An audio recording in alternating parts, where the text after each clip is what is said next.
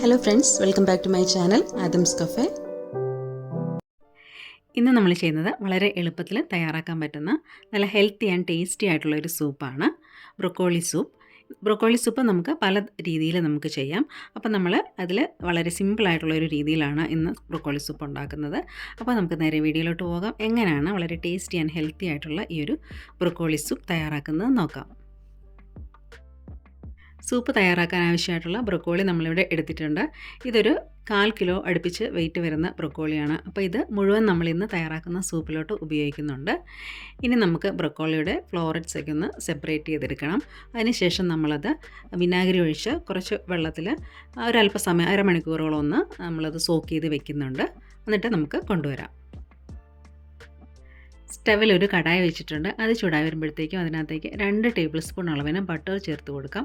Butter സോൾട്ടഡോ അല്ലെങ്കിൽ അൺസോൾട്ടഡോ ഏതാണെങ്കിലും നമുക്ക് ഉപയോഗിക്കാം.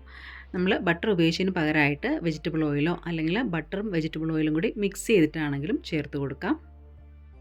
ബട്ടർ മെൽറ്റായി വന്നിട്ടുണ്ട്. നമ്മൾ ചേർത്ത് കൊടുത്ത ബട്ടർ ഒത്തിരി മൂത്ത് പോകരുത്. അതിന് മുമ്പേ തന്നെ നമുക്കതിനകത്തേക്ക് അടുത്ത ഇൻഗ്രീഡിയൻസ് ചേർക്കണം. ഞാനിവിടെ ഒരു 7 അല്ലി വെളുത്തുള്ളി ചെറുതായിട്ട് അരിഞ്ഞാണ് ചേർക്കുന്നത്. അതിനിയൊന്ന് നന്നായിട്ട് മൂപ്പിച്ചെടുക്കാം.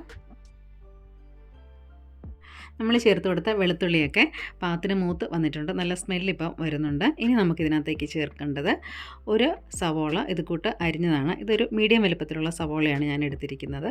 ഇനി ഇത് നമുക്കൊന്ന് വഴറ്റിയെടുക്കാം. അല്പം ഉപ്പും കൂടി ചേർത്ത് കൊടുക്കാം.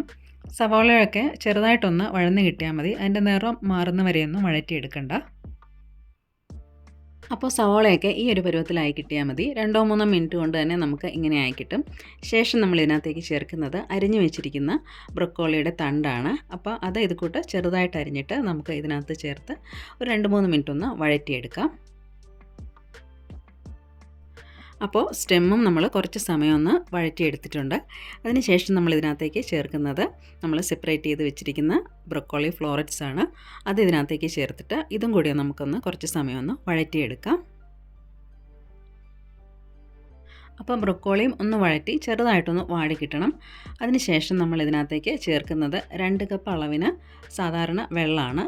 ഇനി ഇതൊന്ന് തിളച്ച് വരാനായിട്ടൊന്ന് വെയിറ്റ് ചെയ്യാം. അപ്പോൾ ഇപ്പം ഇത് തിളച്ച് തുടങ്ങിയിട്ടുണ്ട്. ഇനി നമുക്കിത് മൂടി വെച്ച് ഫ്ലെയിം കുറച്ചിട്ടൊന്ന് കുക്ക് ചെയ്തെടുക്കാം. അപ്പോൾ നമ്മൾ ബ്രൊക്കോളിയും അതിൻ്റെ സ്റ്റെമ്മൊക്കെ വളരെ കുറച്ച് സമയം ഒന്ന് വഴറ്റിയെടുത്തിട്ടേ ഉണ്ടായിരുന്നുള്ളൂ. അത് ബാക്കി കുക്കാവുന്നത് ഈ ഒരു രീതിയിൽ നമ്മൾ വേവിച്ചെടുക്കുമ്പോഴാണ്. ഇപ്പം ബ്രൊക്കോളിയും അതിൻ്റെ സ്റ്റെമ്മൊക്കെ പാകത്തിന് വേവായിട്ടുണ്ട്. നമ്മളൊരു ബ്രൊക്കോളി എടുത്ത് ഒന്ന് കട്ട് ചെയ്ത് നോക്കുമ്പോൾ അറിയാൻ പറ്റും അതിൻ്റെ വേവൊക്കെ. അപ്പോൾ ഇത് പെട്ടെന്ന് തന്നെ നമുക്ക് ആയി കിട്ടും. ഇനി ഞാനിപ്പോൾ ഫ്ലെയിം ഓഫ് ആക്കിയിട്ടുണ്ട്. ഇതിൻ്റെ ചൂടൊന്ന് മാറി വരാനായിട്ട് വെയിറ്റ് ചെയ്യാം. ചൂട് മാറിയ ശേഷം ഒരു മിക്സിയുടെ ജാറിൽ നന്നായിട്ടൊന്ന് അരച്ചെടുക്കാം. ബ്രൊക്കോളി മിക്സൊക്കെ തണുത്ത ശേഷം മിക്സിയിൽ ഒന്ന് നന്നായിട്ട് അരച്ച് മാറ്റി വെച്ചിട്ടുണ്ട്. ഇനി നമ്മൾ അതേ പാൻ തന്നെയാണ് യൂസ് ചെയ്യുന്നത്. ഞാൻ കഴുകിയിട്ടൊന്നുമില്ല. അതിനകത്തേക്ക് 2 ടേബിൾ സ്പൂൺ അളവിന് ബട്ടർ ചേർത്ത് കൊടുക്കാം.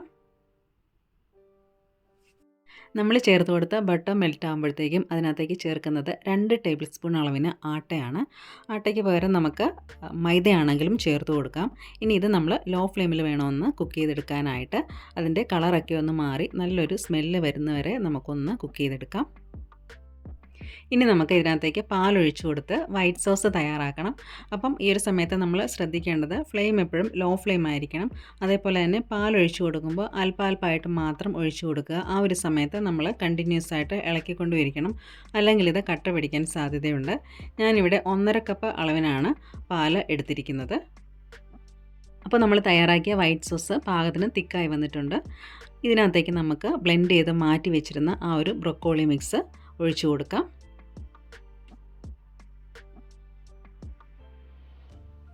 അല്പം പെപ്പർ പൗഡർ കൂടി ചേർത്ത് കൊടുക്കാം. അത് നമുക്ക് ഇഷ്ടാനുസരിച്ച് ഇപ്പോഴോ അല്ലെങ്കിൽ കഴിക്കുന്ന സമയത്തോ ചേർത്താൽ മതിയാകും. സൂപ്പ് തിളച്ച് തുടങ്ങിയിട്ടുണ്ട്. എല്ലാം കൂടി നന്നായിട്ടൊന്ന് മിക്സ് ചെയ്തിട്ട് നമുക്ക് ഫ്ലെയിം ഓഫ് ചെയ്യാം. അങ്ങനെ നമ്മുടെ ഹെൽത്തി ആൻഡ് ടേസ്റ്റി ആയിട്ടുള്ള ബ്രൊക്കോളി സൂപ്പ് ഇവിടെ റെഡി ആയിട്ടുണ്ട്. ഇത് ചൂടോടുകൂടി തന്നെ നമുക്ക് സെർവ് ചെയ്യാം.